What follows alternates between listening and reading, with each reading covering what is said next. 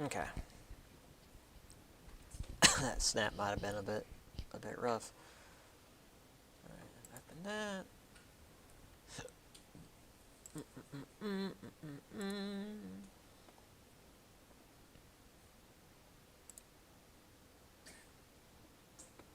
Okay, is that gonna open up?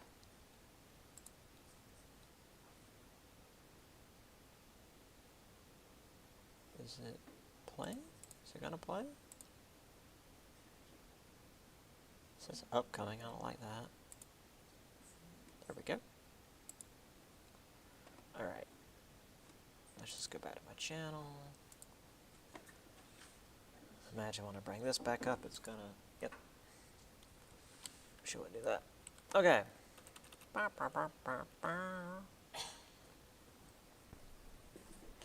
All right. So, any questions from y'all before we start? Will there be a text next week? No. Okay. We are going to start chapter 3 today. And even if we finish chapter 3 on Monday, I don't see us having enough time to go over the study guide before Wednesday. So, Because we won't be here Tuesday or Wednesday. Tuesday or Wednesday, or Monday or Wednesday? Monday or Wednesday. Okay. Well, it should be, y'all should be fine for next week. But yeah, earliest we may have the study guide on Wednesday. So Wait, next Wednesday we're going to have the study guide? we might. Depends on how far we get through chapter 3 today and Monday. So keep an eye out for the videos, because Okay. I post them on Blackboard. So check Blackboard next week. If we don't do the study guide next Wednesday, we'll be doing it the following Monday, Okay. based on just how long it usually takes me to get through chapter 3. Could I email you Monday afternoon and ask you if you think you're going to do the study guide Wednesday? Sure. Or do you think we should just check it? You can just check Blackboard. It'll be all right. Yeah. Okay. I'll go ahead and post the study guide and chapter 3 on Blackboard. If not today, at least by Monday, Okay. even if we're just halfway through it. But us like going over it, I will have that video up just like I have all the other videos on Blackboard, and it will be labeled like study day. Okay. So. Sounds good. Thank you. But again, it depends on how quick we get through Alexander the Great stuff. It's not as long as what we've been seeing with this, so we'll just see. So it's a maybe, but as far as the test itself, it shouldn't be until the following week. Anything else from you guys? And again, I did post the paper topic, the default paper topic, which again, if you want to do something else, you're welcome to. That's not due until like the end of October. If you need to email it to me, for all of you folks online, just make sure you get that to me with a Word document or like a PDF document. If you're going to do a Google Docs, make sure it's like a file that you can attach, not a link, because that tends to give me trouble.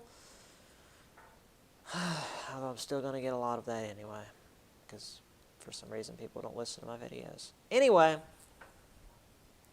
or look at the things that I like literally post on Blackboard that say, "Hey, online students, look here." Anyway,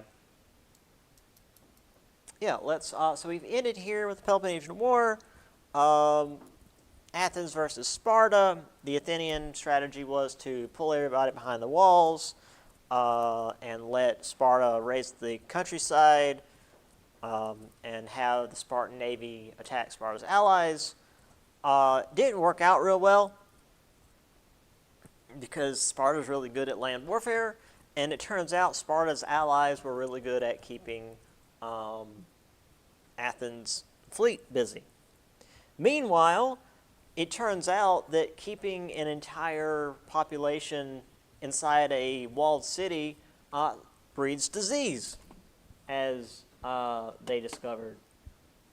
We aren't sure entirely what it might have been, but from the way it was described, it might have been typhus or maybe even the bubonic plague. Either way, it killed a lot of people, including Pericles.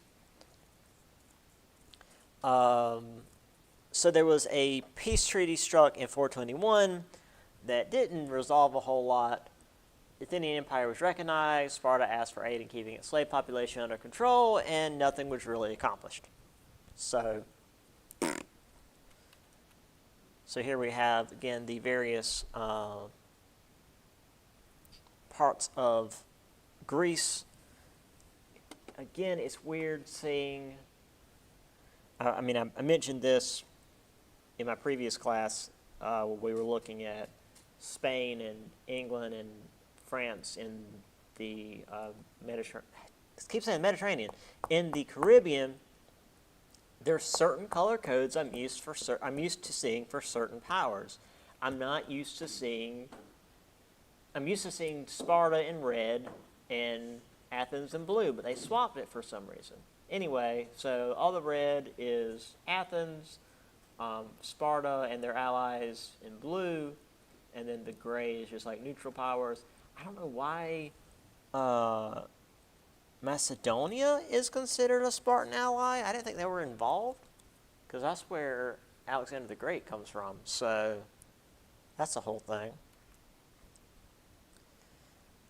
So the second phase of the war is really where a lot of our understanding of Greek history comes from. Argos and Corinth allied, tried to push their dominance. Sparta smacked them down. Athens under Alcibiades tried to take Sicily, but he got in trouble for sacrilege and impiety. If you know anything about Alcibiades, how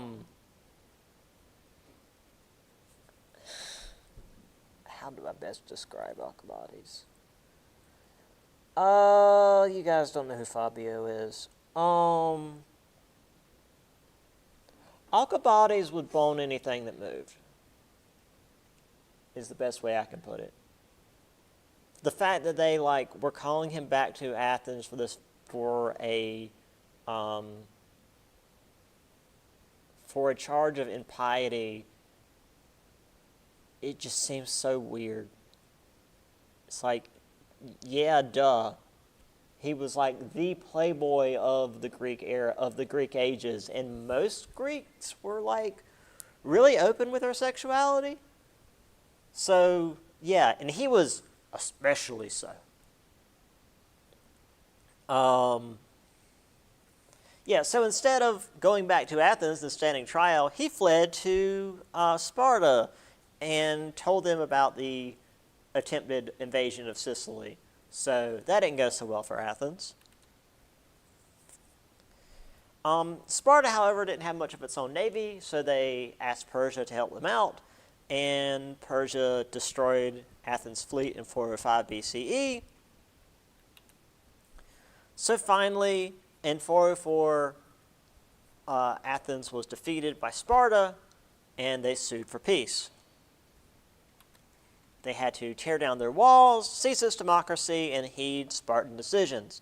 So finally, Sparta actually put the boot in and demanded that they chill the hell out.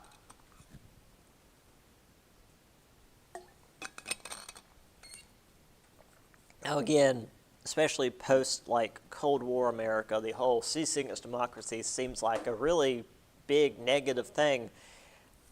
Athenian democracy was essentially an empire at this point, and taking over other city-states and forcing them to do what Athens says. So them forcing Athens to change its form of government was not like this blow to civilization like we in America would think today of ceasing their democracy. Because again, their democracy was very different than what we have today.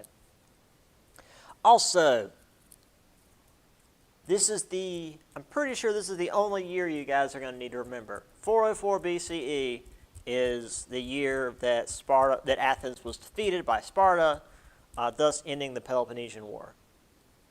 This was also the end of the Golden Age of Athens, which we'll look at in just a minute.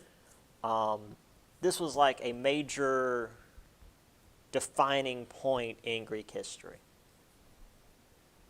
So, remember 404 BC, BCE, whichever you prefer, that the Peloponnesian War ended with the defeat of Athens.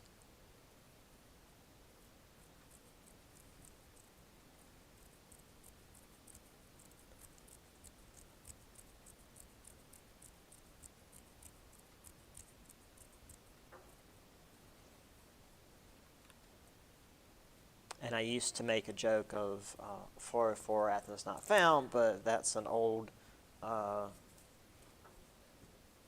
computer code that apparently isn't a thing anymore.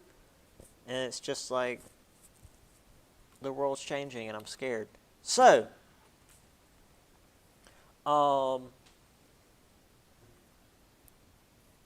there was this brief golden age of Athens, and again, this is where we get our view of classical Greece. Athens had this golden age of culture and achievement. They had all sorts of art and poetry and trade and all sorts of crap. Everything was politically charged, lots of propaganda, calling Athenian democracy the greatest form of government in the world. Boy, that sounds familiar. Even as they were using their imperialism to grind any who would resist them under heel. Again, that sounds familiar. Boy, we're spreading democracy by murdering civilians. This is when the Temple of Athena, the Parthenon, was rebuilt after it had been destroyed by the Persians. Sculptures had this mathematical form of perfection rather than trying to imitate life. This would later affect Roman and even Renaissance art. Now, while the original Greek statues were lost over time, because again, this is 2,000 plus years ago, a lot of Roman copies of these statues were made and remain to this day, because Rome tended to be a little bit more stable than Greece, because Greece was conquered multiple times after this point, including in World War I, where they used the Parthenon as a freaking ammo dump, and it exploded. The discus thrower is one such example that we have the Roman copy of. They turned theater, which had been popular for centuries, into a grand show that exemplified the moneyed elite, again, about how great Athens was. Looking into how great Athens is and how much better they are than the rest of Greece. And again, if you manage to get your hands on the book, there's this little piece, 405, 404 BCE, the unmaking of imperial Athens.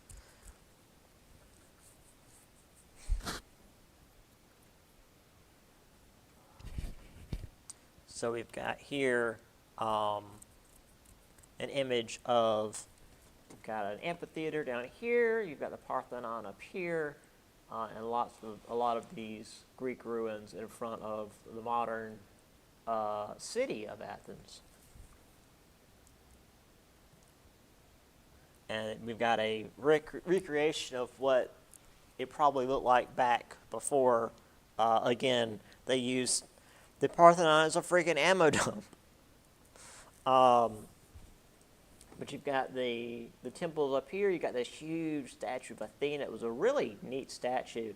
They rebuilt it, or they've got a replica somewhere here in the States, like with the full-on big Athena statue and everything. It's pretty neat, because Athena, while she's known as like the goddess of wisdom, she's also like the goddess of like tactics and warfare. She's not just this, librarian goddess. She's this go out and kick ass goddess too. So she's got this shield and this spear. going on.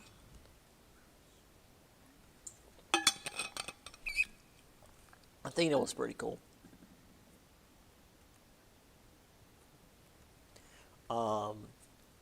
So yeah, with all the polis constantly focusing on themselves and how different and independent they were, there was a constant struggle between each polis. However, with this invasion from a larger, more powerful outside force, it forced them to work together to some degree, which shifted the focus of the balance of power. Athens, to protect the freedom of the polis, actually became an empire and began oppressing the freedom of the polis. While Sparta, this, warrior nation that was known for its mass population of slaves, actually ended up putting down Athens and also actually inherited its problems as we begin this next chapter. But we'll see that in just a minute. So yeah, that's chapter 2.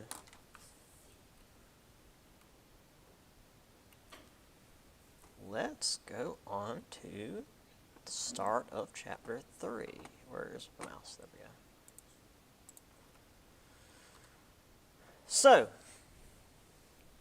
the Hellenistic ages. Again, to do a little bit of definitional work here. Hellenic means Greek. Hellenistic means Greek-like. So when we talk about the Hellenistic ages, this is an expansion of Greek culture, but by people who aren't truly Greek, to use air quotes. And I mean, that's probably from like the opinion of the Athenians.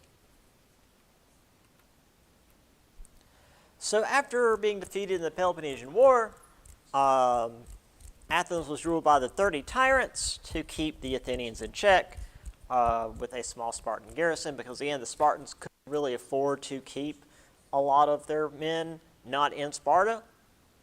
And then gradually they lessened that to the 10 oligarchs, which again is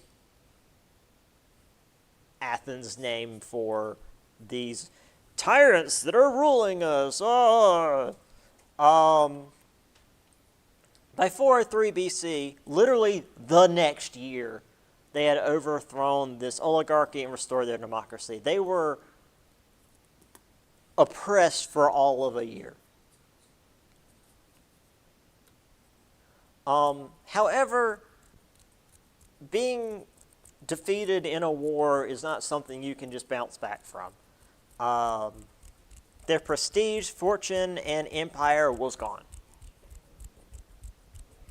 Now, granted, they still did have, a really good geographic location. They still had their silver mines. Their fleet was gone, but they could rebuild it. So, while they weren't in a great spot, they could at least start to rebuild. But they would have a hard time ever getting back to where they once were. But again, they've got their democracy back. It wasn't some multi-year long struggle. It was just they threw the very small Spartan garrison out, and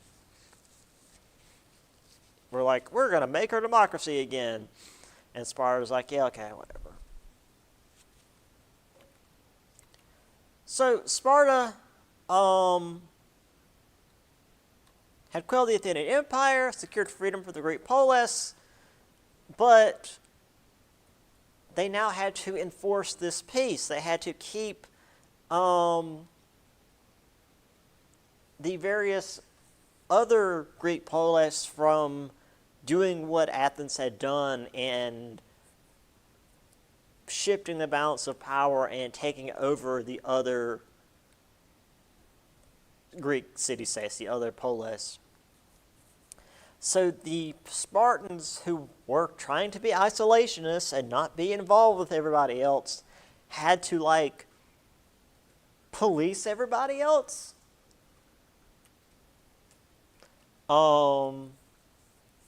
Greek police were involving themselves in Persian affairs. In fact, it got to the point that, what do we have here?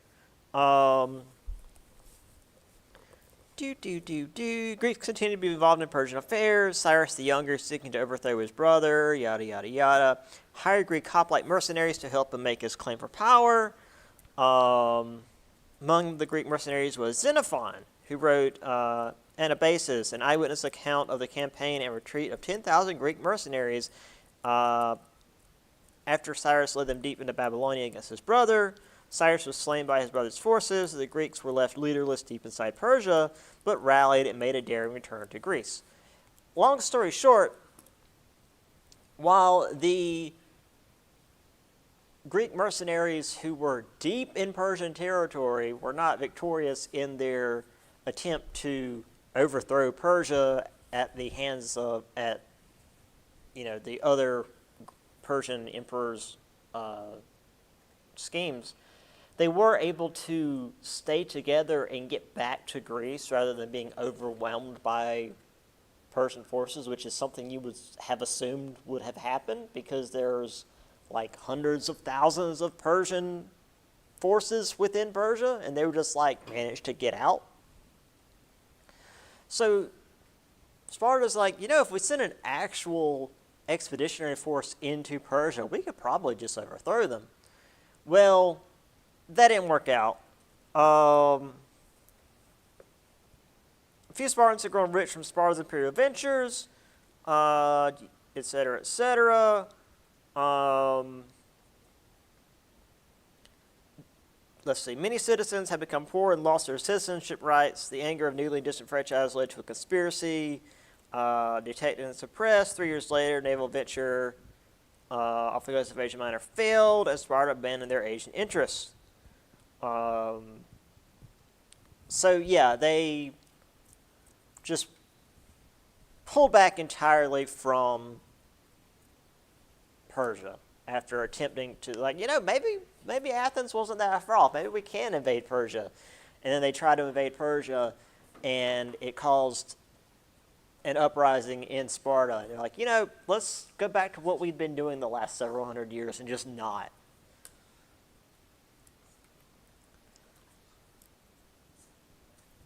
So we had the Corinthian War. Athens, Corinth, Thebes, and Argos all allied against Sparta. Sparta won every battle in this war. However, they didn't have the men to actually hold on to the territory and had to pull back into Peloponnesus. So again, despite being able to win literally every battle, they didn't have the men to hold the territory that they would have gained. That was Sparta's big weakness, is like 1-to-1, man-to-man, even like 3-to-1 or 5-to-1 or hell 10-to-1. A Spartan soldier is going to kick your ass. But once the battle's over, you need men to garrison a place. You need men to keep civil order. And Sparta doesn't have that. If Sparta didn't have its whole slavery issue, they could have like regular military police or something that they could use for garrison, but they didn't. So once Sparta pulled back, Athens rebuilt its walls, navy, allied with Persia against Sparta. Persia, though, got tired of all this nonsense and forced Greece to have a level of peace in 387. So they literally were like, we're tired of you guys fighting. We're going to be the adult in the room. Stop it. And they enforced a peace in Greece. Thebes actually became a temporary power player as well. once they were no longer under the control of Sparta, they pushed for dominance. In fact, they were for a while in control of a lot of Greek territory. However, their main force, their main focus of power was their general Epaminondas, I believe is how that's pronounced. Yeah, Epaminondas, yeah. And when he died, they kind of fell apart. But while you guys don't need to know Epaminondas for the test, keep him in mind for right now because he's going to come up again in a couple of slides. Epaminondas and Thebes becoming a sudden power player is going to be important leading into the next section. So just keep this in mind for the next little bit. So here is the Spartans. Familiar with Frank Miller stuff. So, Philip of Macedon.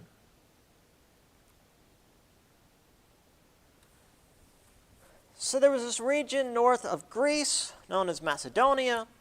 It was a land of blood feuds. There was a Greek dialect that the Athenians would barely recognize. It's similar to, like, say, modern-day China, where there's regions of China where they would barely be able to understand each other because their dialects are so different, because China is such a huge country. So Philip was the uncle and guardian of the Macedonian king, had spent his childhood down in Thebes. Hey, look, we were just talking about that. And he learned from Epaminondas about military tactics. So Philip took these tactics of Epaminondas, this brilliant Theban general, and brought them back to Macedonia. So in 359 BCE, he modeled the Macedonian army after Theban tactics, took over nearby Thrace for its gold deposits, and boy, suddenly Macedonia was a power player.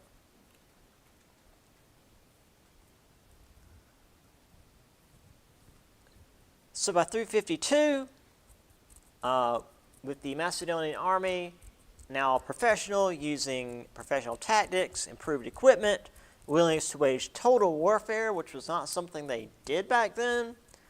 Total warfare being fighting day and night, summer and winter, and chasing foes. Again, not something they did back then. You didn't fight at night. You didn't fight during the winter. And when the enemy broke and retreated, you just stopped and let them retreat. The Macedonian army didn't do that. They continued to invade during the winter. They continued to fight during the night. And when you tried to retreat, they would throw spears at you. So Philip began pushing into Greece and intended to unite it under his rule. So here we have Macedonia again. And once you see it like as a proper region, it's bigger than mainland Greece. You've got Peloponnesus down here. You've got Athens over here. Sparta's way down here. Thermopylae was just that battle. There's Delphi, Corinth here in the middle. Thebes was considered like the furthest north that we really bothered with. So this was pretty much what we've been talking about. And there's Macedonia. And then there's Thrace that they took over for its gold. So this is pretty much all of what they had at that point. And then they started pushing south. And unlike with Persia, they didn't have to worry about going over this little bit of water. They could just march south.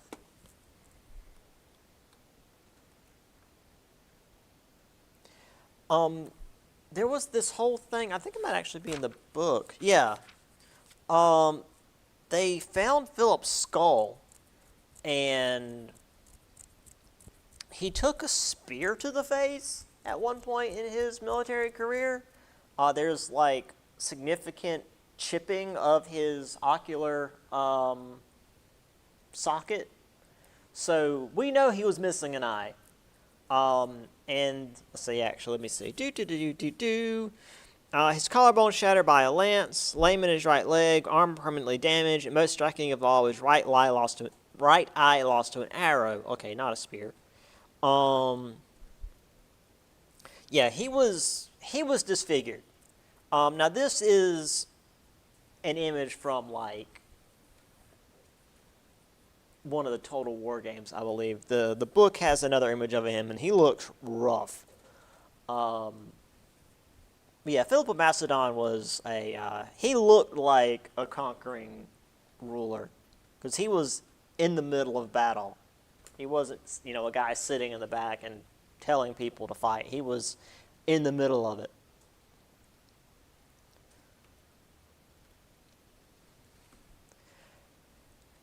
So as we've seen, the Greeks have been fighting themselves for the last several hundred years. And Philip's idea was to come in and unite Greece for its own good. Not entirely unlike what Persia was doing, but rather than it just being like a continuation of their power, Philip wanted to unite Greece against other outside forces. The Greeks were, of course, divided on how they should see Philip. We have Demosthenes, warned against Philip's encroaching power, while Isocrates wanted Philip to come in and unite Greece against Persia. So again, we've got, and both of these guys were like these major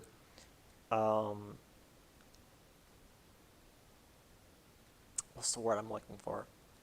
Like philosophers of the day. These weren't just like random dudes like, oh, we had differing opinions on Philip. Like, they were major thinkers of the day. Athens tried to form alliances against Philip. One such city it tried to pull in an alliance against Philip was Olynthus, not Olympus, Olynthus. So Philip pushed his army in and destroyed it. Athens called for peace, and by 346 there was a 5-year peace accord.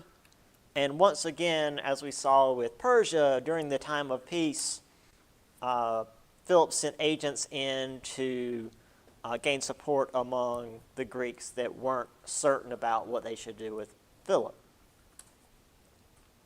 So once again, just like with Persia, Philip was gaining Greek allies, while those who were opposed to Persia were gaining their own allies. There would never be like a unified Greece against an outside force. Athens, of course, was suspicious of Philip's power, his absolute model of Macedonian power. So the fate of Greece was decided at the Battle of Chaeronea, August of 338 BCE. Again, you don't need to worry about those dates. You've got the one you need to worry about. Philip's Macedonian army of 30,000 infantry, several thousand cavalry under the command of his son Alexander, who probably won't be anything important, crushed an allied force of Athenians, Thebans, Corinthians, and Phocians. However, Philip treated the Greeks, except the Thebans, leniently, returning the bodies to the cities, allowing Athens to retain most of its traditional territory, created a Hellenic confederacy, and insisted that the Polish join it, and he would go in and demand they join it if he had to. Now,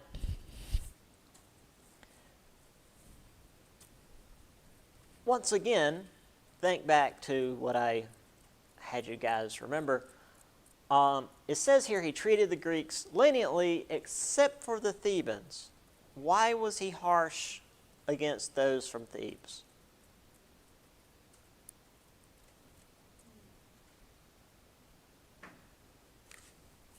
Wasn't Mm-hmm. And what connection did the general have to Philip? You trained Philip. Right. So why would Philip be especially harsh on the soldiers from Thebes?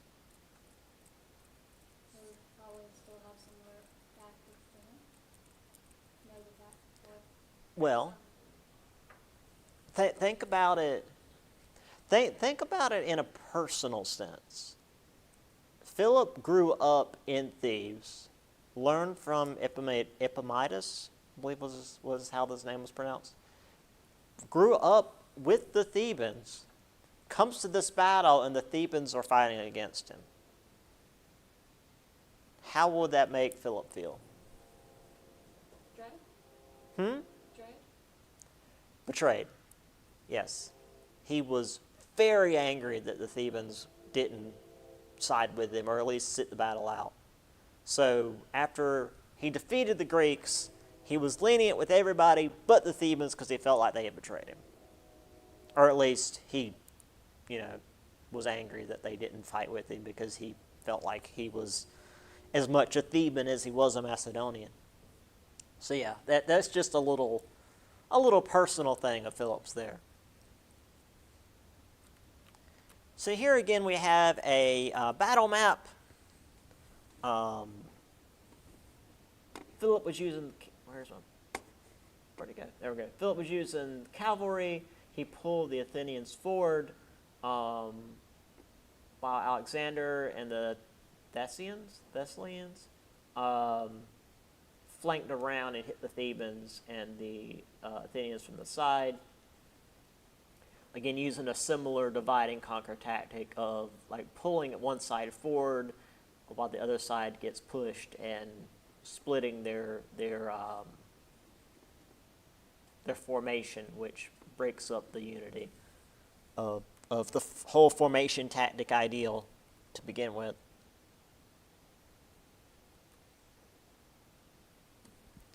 Okay.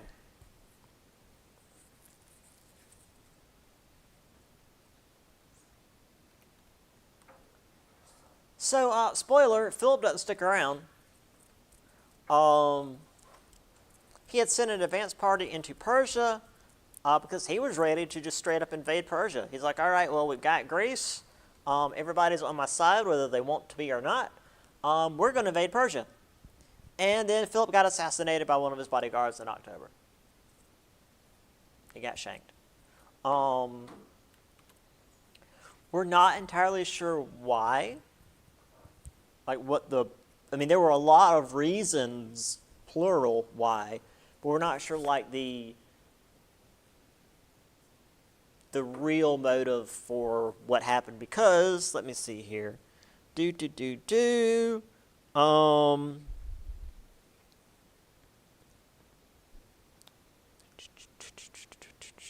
Killed by one of his bodyguards. Philosopher Aristotle claimed the assassin was working out a personal grudge. Assassin killed the king at a wedding party, may not have acted alone. Several horses were waiting. During his escape, the assassin tripped before reaching his horse and was slain on the spot. So we have no idea.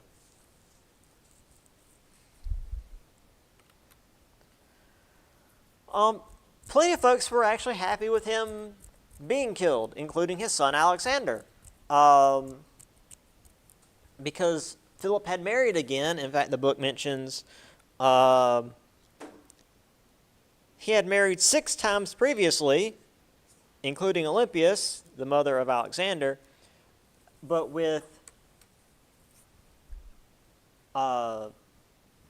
Philip marrying again, the child of his current wife was now potentially going to be ahead of Alexander in the order of heredity. It wasn't like with, medieval heredity where it's oldest first and then goes down. It's like whoever the current wife is, their children are first in line. And Olympias was still around. Alexander's mother didn't die and then Philip moved on. He was just like, I'm going to get me a different wife. The Athenians were happy about it because, of course, the Athenians were happy about Philip not being around. And the Persians felt like it was one less thing for them to deal with because the Persians had been dealing with a lot of crap from the Greeks the last couple of decades.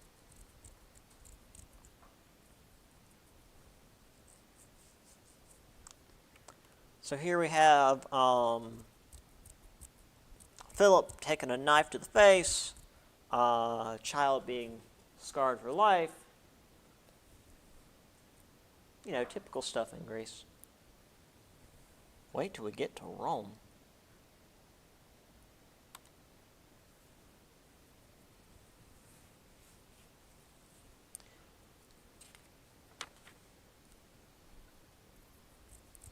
Now, before we move to what happened after Philip bought the farm, we're going to look at the minds of the classical and Hellenistic age. And the book goes on about it, and I'm going to very quickly summarize it. So, Socrates. Socrates did not write about himself at all. He did very little writing at all. Most of what we know about him was from the writing of his students. In fact, there was a belief for a long time that Socrates never actually existed, that he was like some creation, until we got like the writings of his students, in particular Plato. And they're like, oh, okay, yeah, this guy very likely existed because these writings are, these descriptions of this guy are too similar to have not been about the same guy. His method of teaching was asking questions and drawing answers from his students. So rather than, telling his students what the answer was, he would ask them questions and have them work it out for themselves, which, isn't a bad way of doing things. However, apparently he pissed off Athens enough that they decided they were going to either exile him or have him drink poison. And one of the ways he was described is that he was the contrarian asshole. So he was like, I'm not going to be exiled. I'm going to drink poison instead. And so he drank poison and died. Socrates. Plato, one of Socrates' students, who took his method a step further to synthesize a more complete answer, which is to say, it's very similar to what we think of as the scientific method, where you take what you assume to be the answer, the thesis, and then the antithesis, the opposite of it, and then work them out, work out what you think is the answer, the opposite, the problems of what your answer might be, and, look into its opposing idea, and then you finally work out the resolution, which is the synthesis. So not only the scientific method, but also even writing. And as we said, he's the main reason we know Socrates was even a thing, because Socrates didn't write much. He was one of those orator teachers that would just walk around and talk, and other people would write stuff down as they followed him.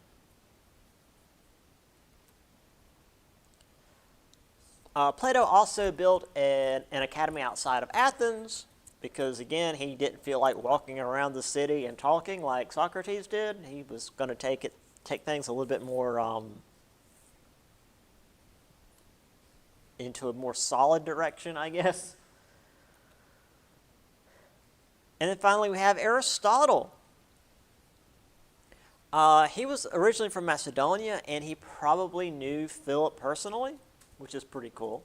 The Greek world was apparently pretty small. He was more interested in the sciences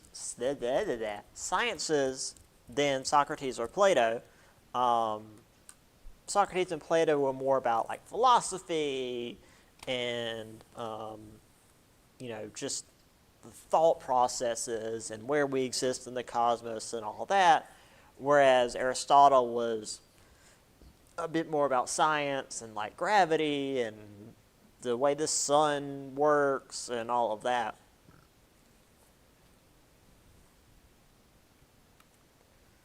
And he was a student of Plato, and he also supported an idea of Philip, and then later Alexander, uniting Greece into a greater force than it had been. Now, again, while uniting Greece would certainly change it from the very vibrant and like unique city-states that it had once been, that had very much changed after the Peloponnesian War anyway, and it seemed like in order to survive in the greater Mediterranean, they kind of needed to unite. At least in the mind of, say, Aristotle and people like him. So here we have Socrates getting ready to take his hemlock poison. I know that it's just supposed to depict like people being very sad that this great mind is about to die. Though to me, this is mostly due to my own personal bias about Socrates being kind of a dick. A lot of it looks like they're just kind of frustrated with Socrates. It's like, you could just leave the city, dude. There's so much more of Greece you could go and like do your stuff in. You don't have to sit here and drink poison just because you're a contrarian. He's like, no, I'm going to sit here and drink poison because I'm a contrarian. So, Socrates, contrarian to the end. All right, let's at least start with Alexander the Great. And based on how far we're already through it, I think we are going to do the study guide next Wednesday, by the way. Okay. But again, the video will be on Blackboard. Yes, sir. Okay. So, after Philip died, Alexander secured his power. His mother, Olympias, this will not be the last intense mother we deal with. Like we'll get to Rome. Had Philip's last wife and child killed by roasting them alive. So, take care of the competition, I guess. Thebes revolted against Alexander's rule, of course, with Athens, prodding them. And Alexander went in and destroyed the polis down to the last brick. There was nothing left of Thebes. And this made it so that the rest of Greece was not too intent on trying to rise up.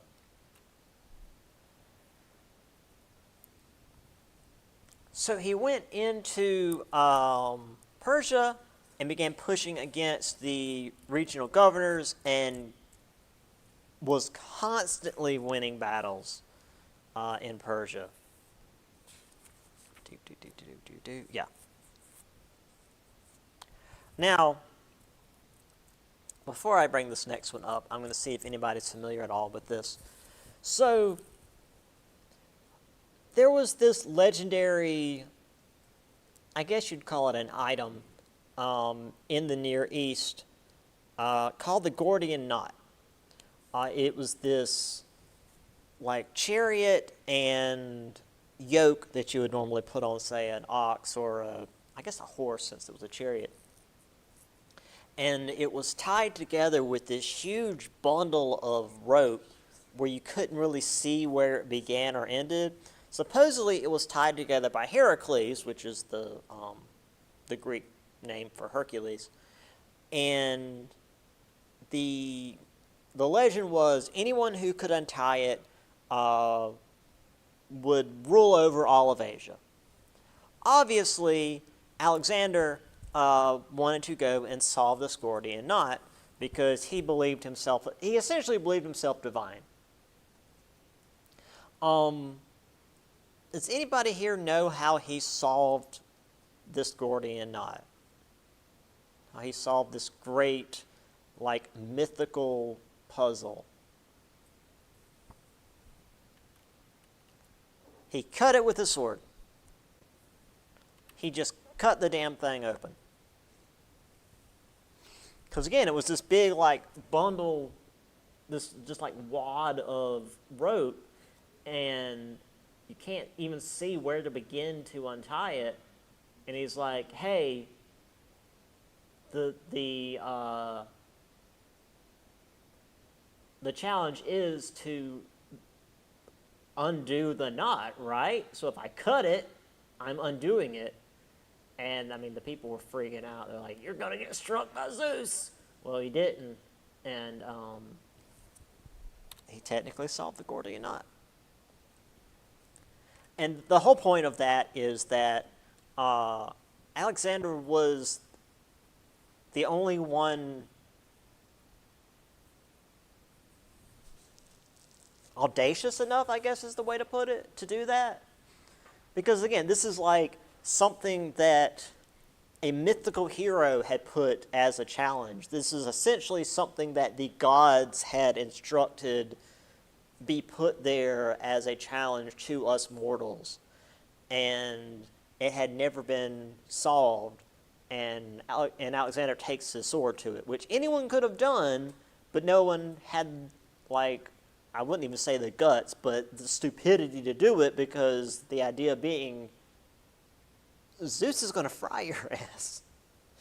Well, they did. Zeus didn't fry him, so he figured, well, I guess I did the right thing.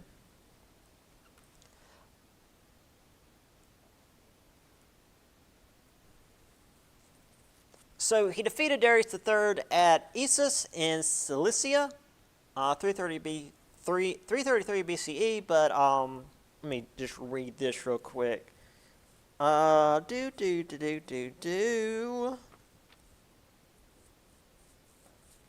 we are.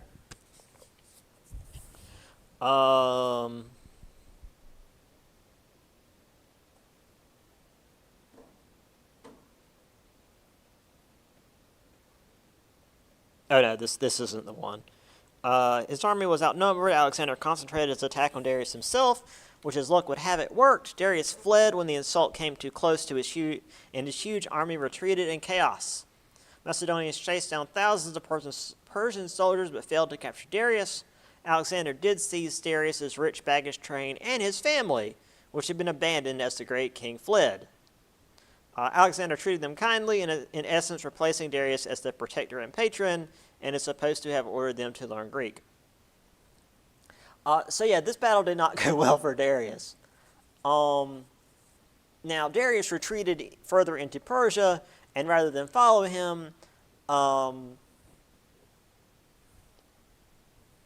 Alexander went to free Egypt from Persian control, which is to say, take Egypt for himself, which didn't take much trouble, it seems, and was made king because Egypt's just been run over by everybody at this point.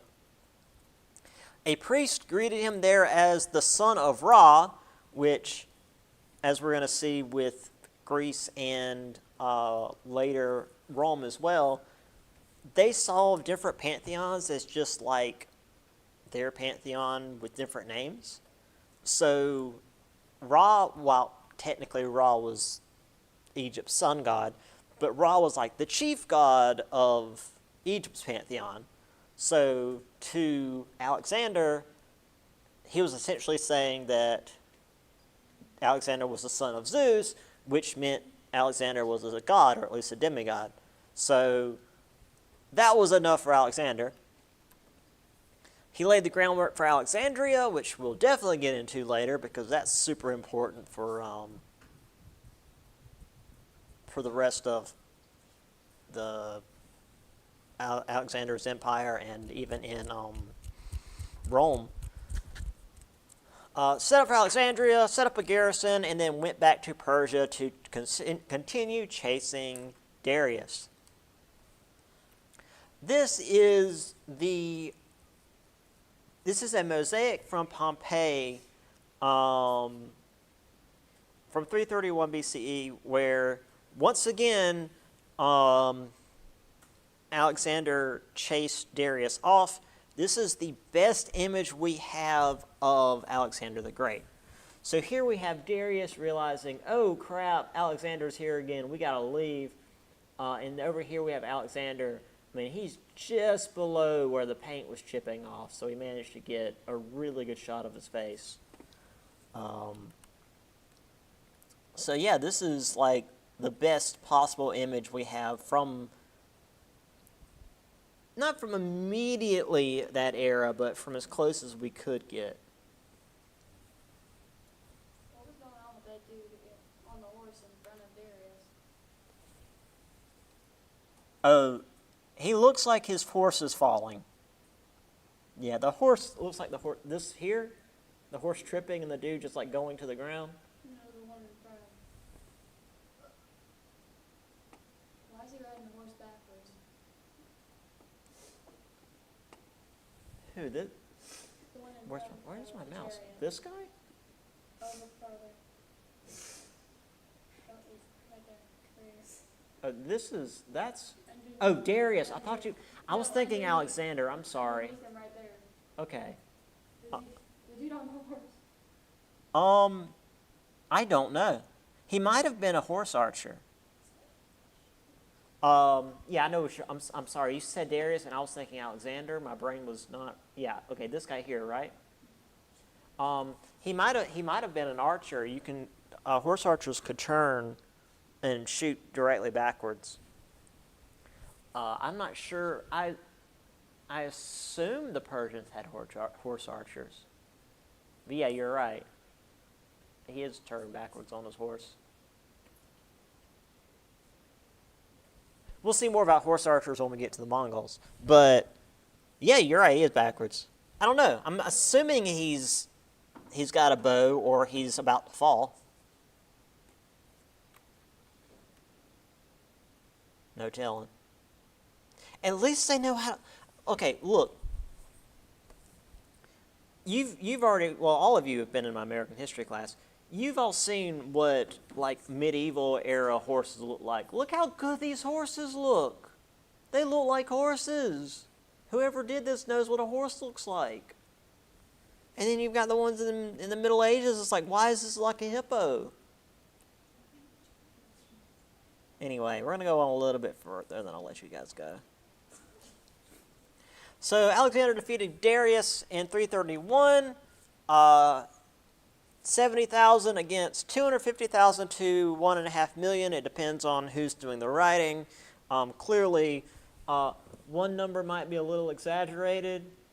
But also, this one, I think, was maybe from the Babylonians, so this one might be exaggerated in the other direction. So it might be somewhere in the middle. Either way, Darius was way outnumbered. But once again, this is the one that image was, that mosaic was actually from in 331. Once again, Darius, rather than fighting all of these dudes, focused on, it's not Darius, I keep getting them mixed up. Alexander, rather than focusing on all these dudes, went straight for Darius, and once Darius broke and ran, the rest of the Persian forces also broke and ran, because Darius was supposed to be like a god, and if he's running, it's time to leave. So he defeated Darius, liberated Babylonia. They took Persepolis, which was the capital of the Persia, looted its riches, and accidentally burned the palace. Now, let me explain that real quick. So, he and his boys have been traveling across Persia, which I've shown you guys multiple maps, is big. And they've been having on and off fights against Darius the whole time. And normally you go in, you do a little fight, and you loot a city, and you're more or less done. Well, they've taken this big city, and they're ready to loot the place.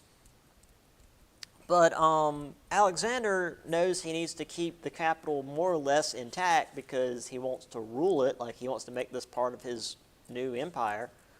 So what he ended up doing was having his men loot the palace, take all the stuff out, let them get nice and drunk, and then told them, hey, you can burn the palace down, but we're going to say that you accidentally, like you got drunk and accidentally like knocked stuff over and set it on fire. So they got to burn stuff, made them happy. The people in the city weren't hurt, and the only thing that got burned down was the palace. It was a strategic move by Alexander. He kept everybody happy, except for, Darius. But Darius is on the run, so he doesn't count. Set out to track Darius down once and for all. However, Darius's men had had enough, and I guess were no longer convinced about the whole Darius being a god thing, and stabbed Darius to death and left him on the road for Alexander to find.